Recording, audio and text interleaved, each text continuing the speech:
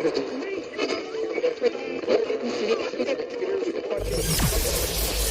ready for unique, rare, and little-known treasures from the golden age of radio. You're listening to The Amazing World of Radio with Adam Graham.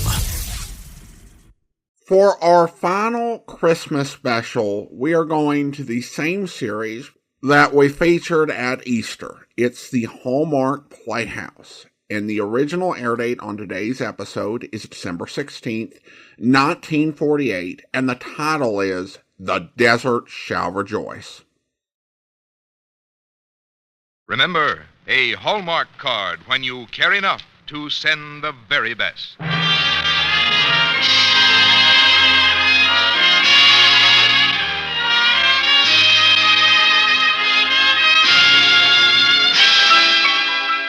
Tonight, from Hollywood, the makers of Hallmark greeting cards bring you John Hodiak in Robert Finch's The Desert Shall Rejoice on the Hallmark Playhouse.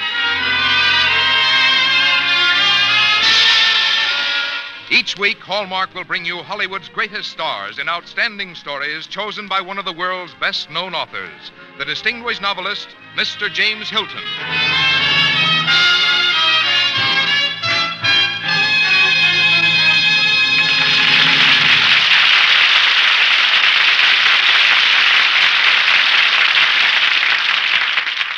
Good evening, ladies and gentlemen. This is James Hilton.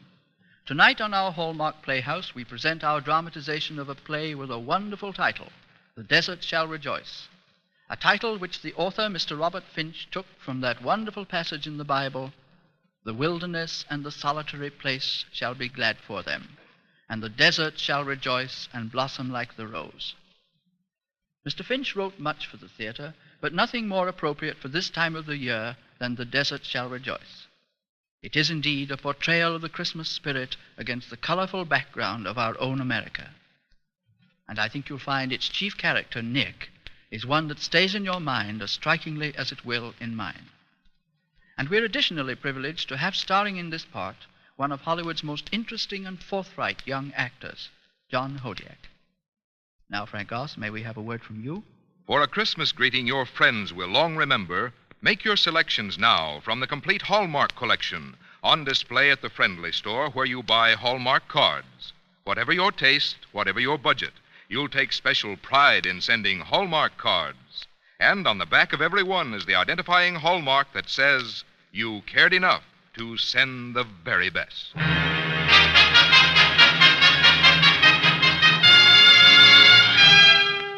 Hallmark Playhouse, starring John Hodiak, in Robert Finch's The Desert Shall Rejoice.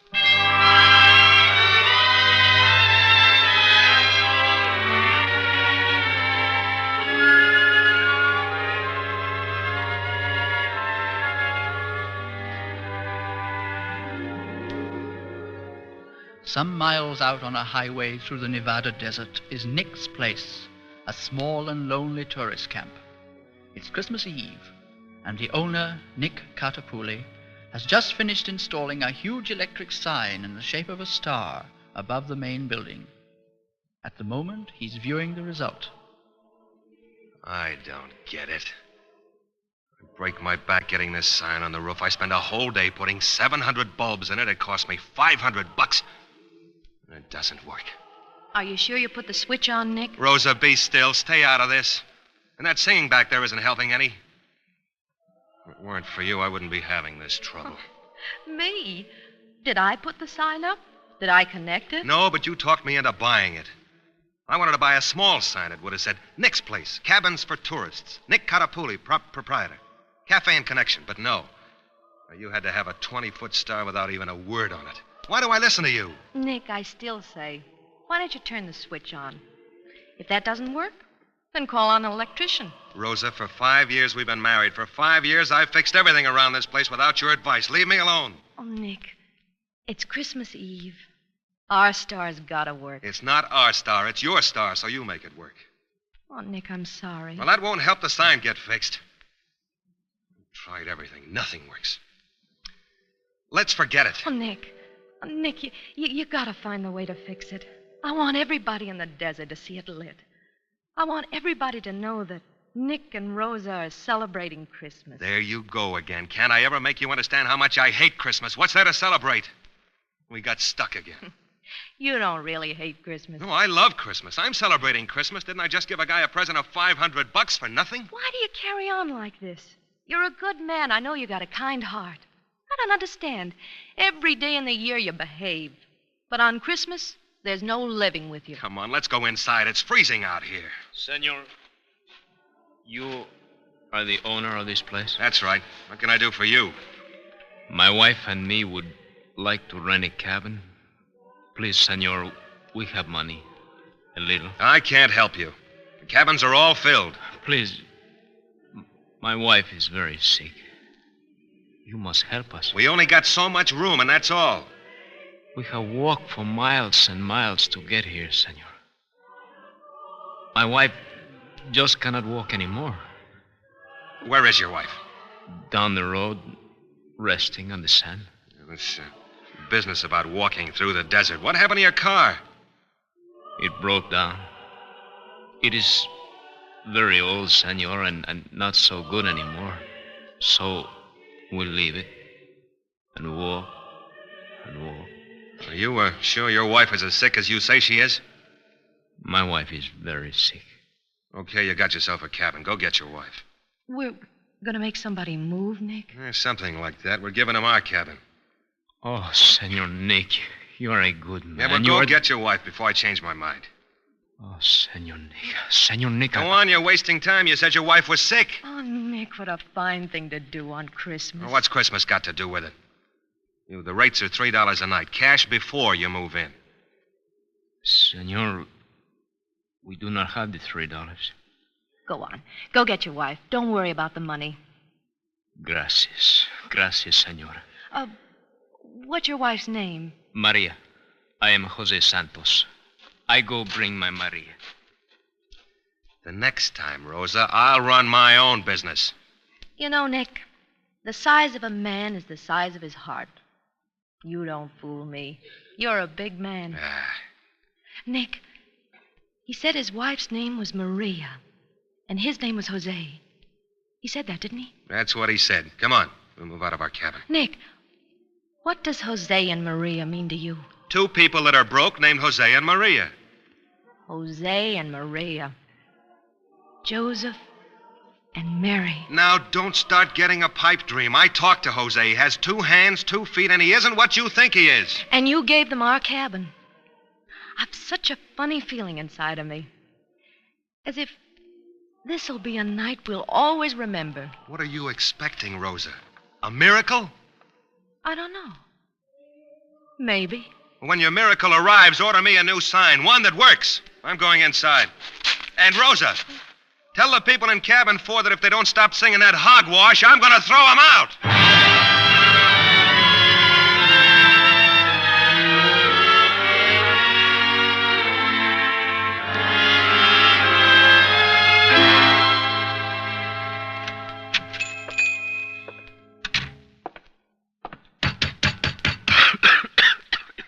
Anybody here?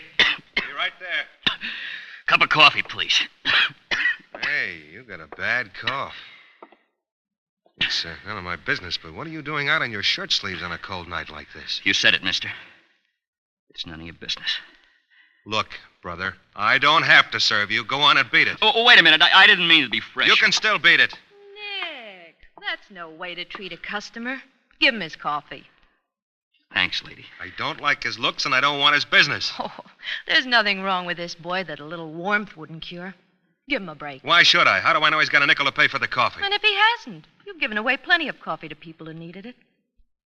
Well, what are you waiting for? Coming up.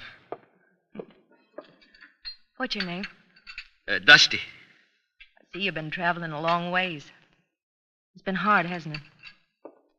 Pretty bad. Here's your coffee. Dusty, why don't you have supper with Nick and me? We don't have anything fancy, but it's Christmas, and you'd do us a favor if he shared with us. And don't worry, Nick won't bite you. He doesn't mean what he said. No, thanks. I can't. Oh, come on, don't be embarrassed. I'll set a place for you, huh? I can't eat with you. I don't want to eat with you. Lovely boy. Come on, drink your coffee and get out. There's your Christmas spirit for you, Rosa. Give a guy a helping hand and you'll always get a kick in the face. Excuse me, I'm just so tired I can't think. I'm grateful to you, lady. Honest, I am. And, Mr. Christmas means an awful lot to me. You're so tired you can't think. You haven't got a coat on your back and you look as if you haven't eaten in a week. How can Christmas mean anything to you? Why don't you ask yourself what can it possibly do for you? I don't ask Christmas to do anything for me. It's me that wants to do for Christmas. You see, Christmas gives me hope and the feeling that I can do something for myself. And more important than that, it means giving to my family. Giving them presents and looking at their happy faces when they receive them. Without the presents, they're pretty unhappy, huh? Yeah, that's what I call real love. Look, mister, you've got a blank spot. Little faith wouldn't hurt you. You're a guy who could really use Christmas. Why? So I, too, could wind up without a coat on my back? Nick, listen to Dusty. He's right. You're wrong. Pleased to meet you, St. Dusty. Where do you park your wings? You don't know it, but you've just become part of Rosa's fancy miracle. Nick, maybe you're right. I don't know Dusty. I never saw him before in my life. But I only know goodness will come from him. Oh, what's the use? Come on, Rosa. You ready for dinner? I'm ready. Warm yourself by the fire, Dusty. And, mister, when you finish your coffee, leave your nickel on the counter.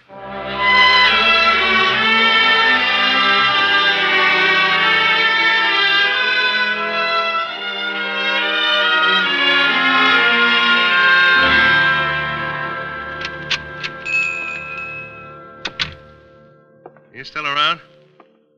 Takes you a long time to finish a cup of coffee.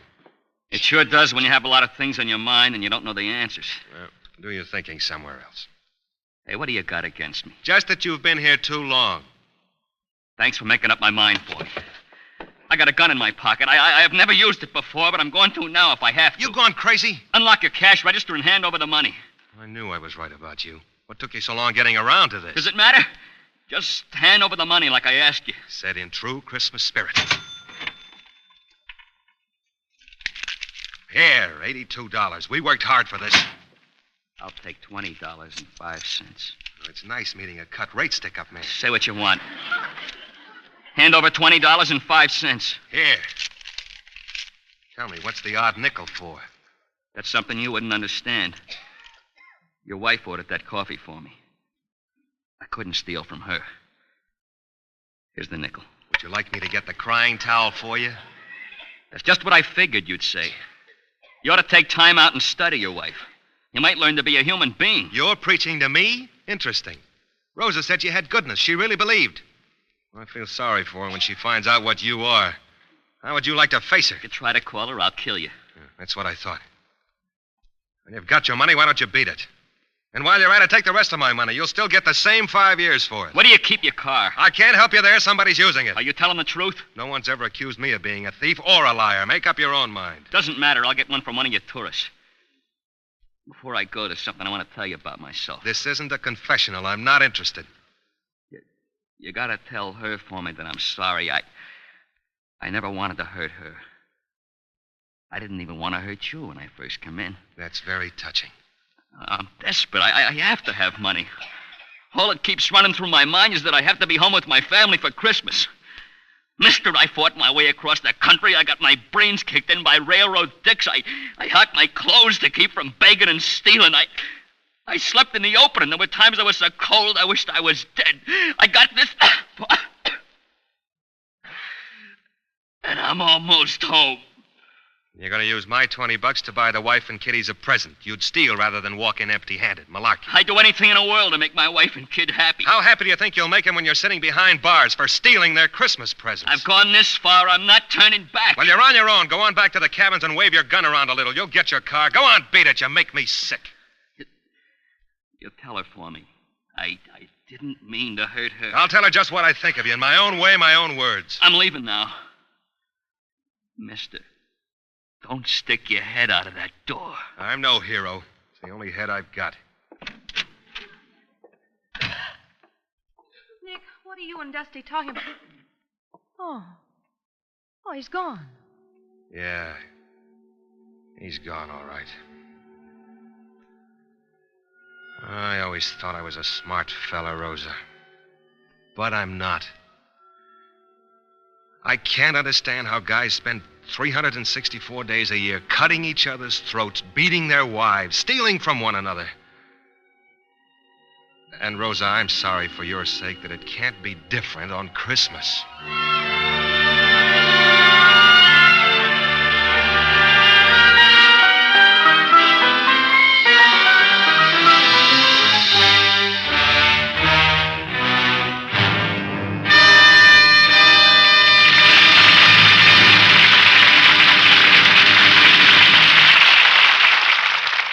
Before James Hilton returns to present the second act of The Desert Shall Rejoice, starring John Hodiak, here's a suggestion just in time for last-minute Christmas card buyers. Pay a visit tomorrow to the Friendly Store where you buy your Hallmark cards. You'll find all kinds of Hallmark Christmas cards that say what you want to say, the way you want to say it. Cards that express Merry Christmas in just about every way there is to express it, with pictures of a jolly Santa Claus, of frosty evergreens and newly fallen snow, with colors and designs as cheery as the decorations on a Christmas tree. There are special Hallmark cards to send to members of your family or to those friends who are so dear to you. Cards to tell Mother how much she means at Christmas time, or for Dad, or wife or husband, sister or brother, in fact, every member of your family circle. Here's one we like very much. It's the verse from a Hallmark Christmas card entitled, To Mother and Dad at Christmas. Here's a pair of happy wishes, both as loving as can be, for a pair of perfect parents who mean all the world to me. Merry Christmas, Happy New Year. Yes, whatever your taste, whatever your budget, whomever you wish to remember, you'll find Hallmark cards that you'll be proud to send. Cards your friends and loved ones will be proud to receive, too, for when they glance at the back, as you did, and see the Hallmark, they'll know you cared enough to send the very best. Now back to James Hilton and the second act of The Desert Shall Rejoice, starring John Hodiak.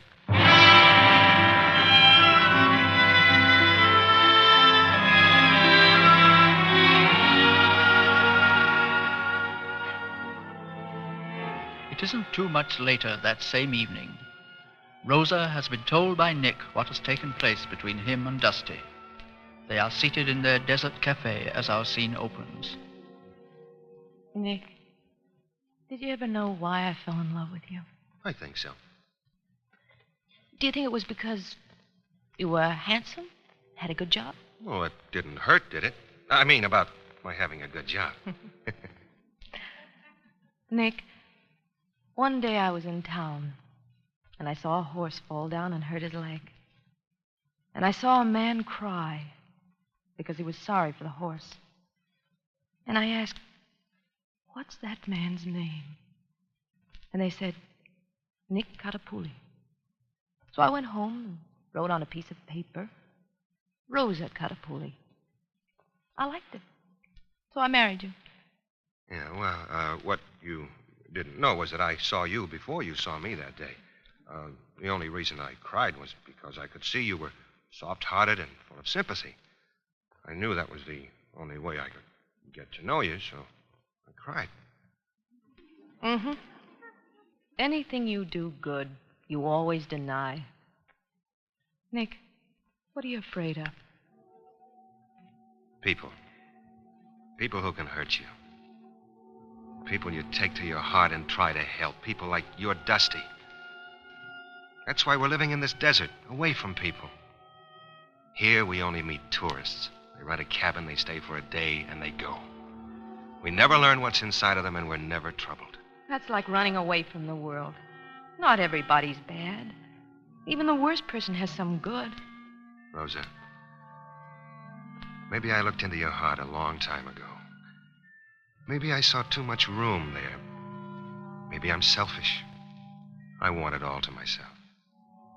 Nick, this boy, Dusty, you never call the sheriff. Why? There's plenty of time for that. You'll never call him, because you're like me. You forgive people their sins. You're wrong, Rosa. I'm not like you. Nobody steals $20 from Nick Catapuli and gets away with it. Senor Nick, I've come to pay you our rent. That's $3. Oh, Nick, he said before he didn't have it. I told him not to worry. I pay you part now. The rest I send to you when Maria and me get home. It's an old story around here. I've trusted people before I don't remember ever collecting. Senor Nick, I swear to you I will pay you. That's what they all say. Settle with my wife. She's in charge of your deal. It's all right, Jose. Whatever you can afford. That's what you wanted me to say, wasn't it, Nick? You'll have it your own way. Thanks, Nick. Jose, sit down. I'll get you a cup of coffee. Hold it, Rosa. Let's settle something first. That's how it started with Dusty, a cup of coffee. Oh, but this is different. How do I know? Mr. Santos, until a little while ago, I never knew you were alive. I don't know who you are. But I do know who Rosa thinks you are. Just because your name happens to be Jose and your wife's Maria, you've become another Joseph and Mary to her. But don't get me wrong. She doesn't think you're the original. But you've become some kind of a symbol to her. My wife and me, we're just like anybody else. Except maybe we're a little more tired now. That's all. Jose, I'd like to bring some broth to your wife. It'll make her feel better. You are most kind, senor. You still believe in your little miracle, don't you, Rosa? Whatever you call it. I only know that the coming of Jose and Maria will bring us a great deal of happiness. Come on, Jose. You'll never learn, will you?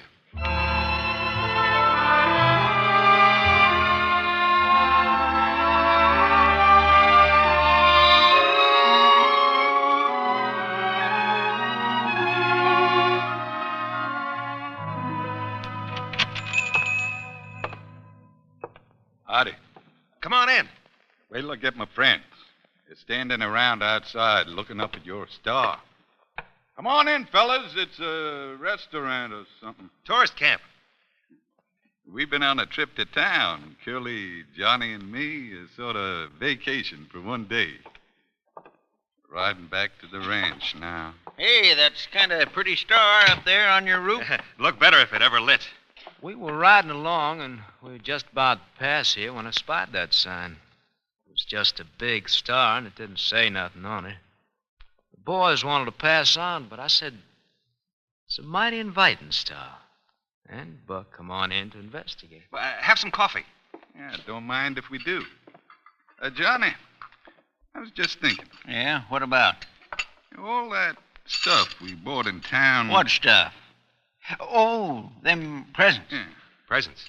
What presents? When we was in town, we bought a lot of things.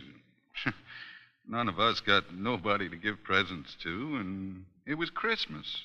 And we was looking for somebody to give them to, and now that we're here... There's nobody here needs presents. Don't you know any beautiful women? Oh, no. We're looking for somebody who needs them. What makes you so big-hearted? Why don't you spend the money on yourself? We don't need very much. Besides, this year we kind of felt we'd get a kick out of giving.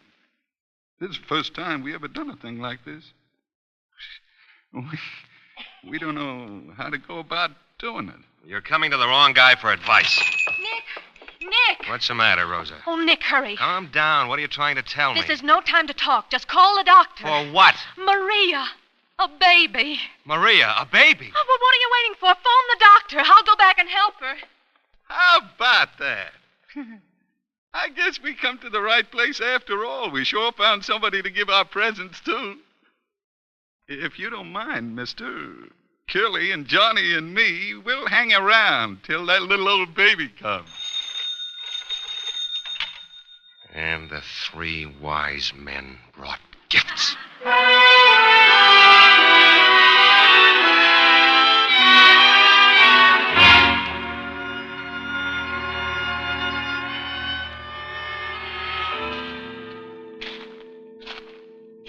I'm glad you're looking at that star, mister.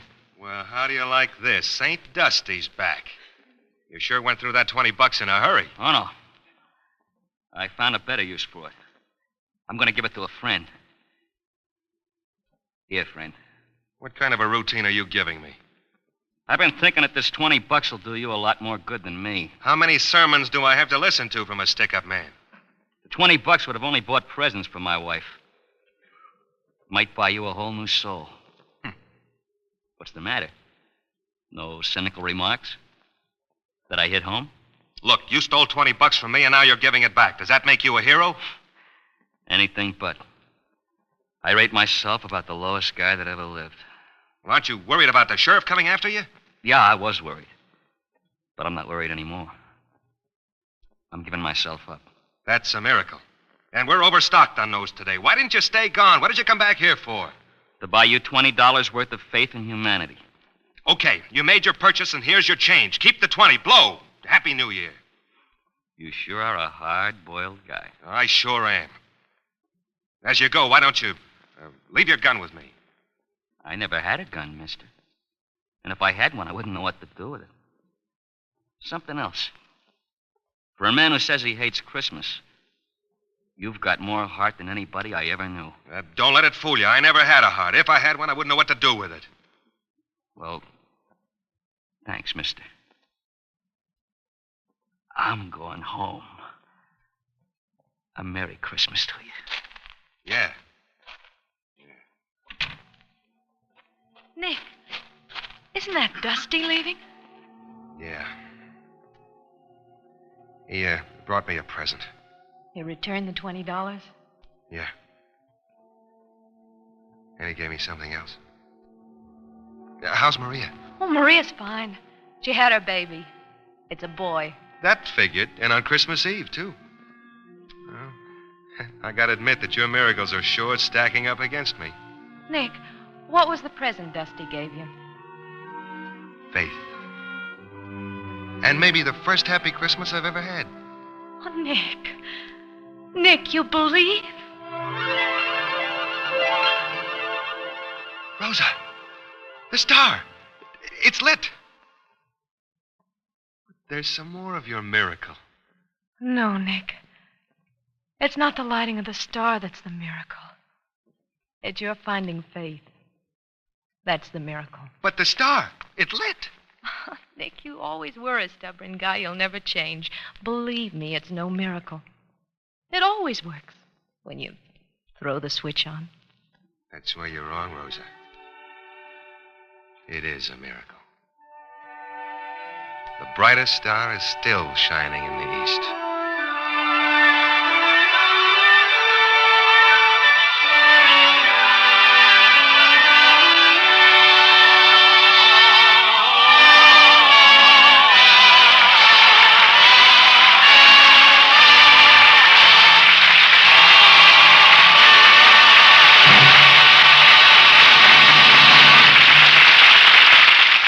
Before James Hilton and John Hodiak return, I'd like to say a word about a wonderful gift that's waiting for you. It's a Hallmark date book. So compact and beautiful you'll want to carry it everywhere. So useful that you'll always be referring to it. Every day of the coming year has a place in it with room to jot down things to do that day, and spaces for names and addresses of people to remember on important days like anniversaries and birthdays. There's even a section for your next year's Christmas card list, arranged so you can easily check the cards you send and the ones you receive. And this exquisite Hallmark date book is your Christmas gift from the friendly store where you find Hallmark cards. Better stop by for yours real soon. Everybody's going to want one. Here again is James Hilton. Thank you, John Hodiak. That was something true and good and memorable. We shan't forget it. And for all of us in the Hallmark family, may we wish you the best of everything this Christmas season and in the coming year. Thank you, Mr. Hilton. At this time of year, it's mighty easy to fall right in with the spirit of friendliness and fellowship that made Christmas the great spiritual force that it is. And I might say that you Hallmark people are doing such a fine job of keeping this spirit alive with your cards. Each time a person gets a greeting from a friend, it helps to spread the meaning and the feeling of Christmas. Yes, indeed, and we're delighted to have you with us. Please do come again. Our Hallmark Playhouse is every Thursday. Our story tonight was adapted for radio by Jack Rubin. Our music is by Lynn Murray, and our director-producer is Dee Engelbach. Do you mind if I ask your audience to listen in particularly next week? Why, of course not, John. Because next week, James Hilton himself will tell you a great story. The story of that beloved Christmas carol, Silent Night, and how it came to be sung around the world. And the following week, Mr. Hilton's own great book, Lost Horizon, starring Herbert Marshall. Well, thank you, John. So until next Thursday, then, this is James Hilton saying good night. John Hodiak will soon be seen in the Metro-Goldwyn-Mayer production, Command Decision. This is Frank Goss saying good night to you all. This program came to you from the Hallmark Playhouse This is CBS, the Columbia Broadcasting System.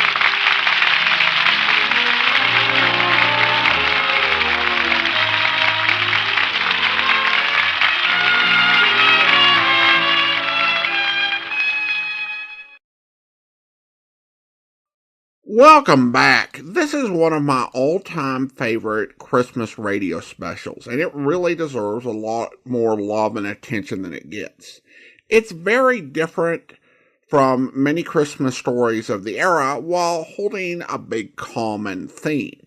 The idea of events parallel to what happened at the first Christmas happening in the then modern era were a pretty standard trope in Christmas specials. There have been a number that we've played over the years that explored this theme. There was the Whistler story, The Three Wise Guys, and last year on the Old Time Radio Snack Wagon, we featured the Lum and Abner Christmas. I don't think it's a bad premise to start with, although it just got done a lot.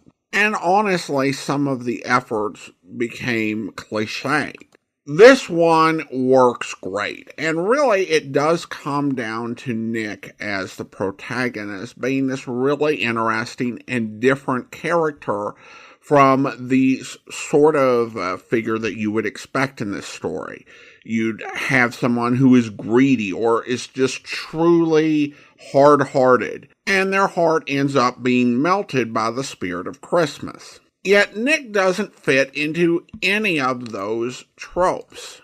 He's a tender-hearted person who likely had his own hurts and pain, and is quite afraid if he opens up, if he really shows how he cares for people and tries to help, that he'll be walked on by an uncaring world, which is essentially his whole reason for coming to the desert, to be away from people and to have only this very limited transactional relationship with them. John Hodiak really does a good job as he manages to capture and portray not only the way that Nick's acting, but the real reason for it. At the same time, the supporting cast was solid, and what I really appreciated is they avoided making this too melodramatic and really saving the big emotions for big moments that would really have a punch. One of my favorite moments was when Nick was talking to Jose about Rosa, thinking that Jose and Maria were another Mary and Joseph, and Jose's response were just like anybody else, only a little more tired. It was such a beautiful line, and that delivery was perfect. This is just a beautiful story, and it bears replaying and further reflection. Now, it's worth noting that the episode that they advertised for next week was actually one of the very first Christmas episodes we played on the Amazing World of Radio back in 2016. Also, I have to admit, as somebody who's a bit disorganized on some points, that the whole Christmas card organizer thing sounds like something I should really look into the modern day equivalent and get post-haste for next Christmas. Now it's time to thank our Patreon supporter of the day, and I want to go ahead and thank Gina. Gina's been one of our Patreon supporters since June of 2020, currently supporting the podcast at the rookie level of $2 or more per month. Thank you so much for your support, Gina. And this will actually conclude our Christmas programming and our programming for 2024. Barring unforeseen circumstances, the Amazing World of Radio will be on hiatus until February 19th, when I'll return with the spring series. So until then, I want to wish you a Merry Christmas, and from Boise, Idaho, this is your host, Adam Graham, signing off.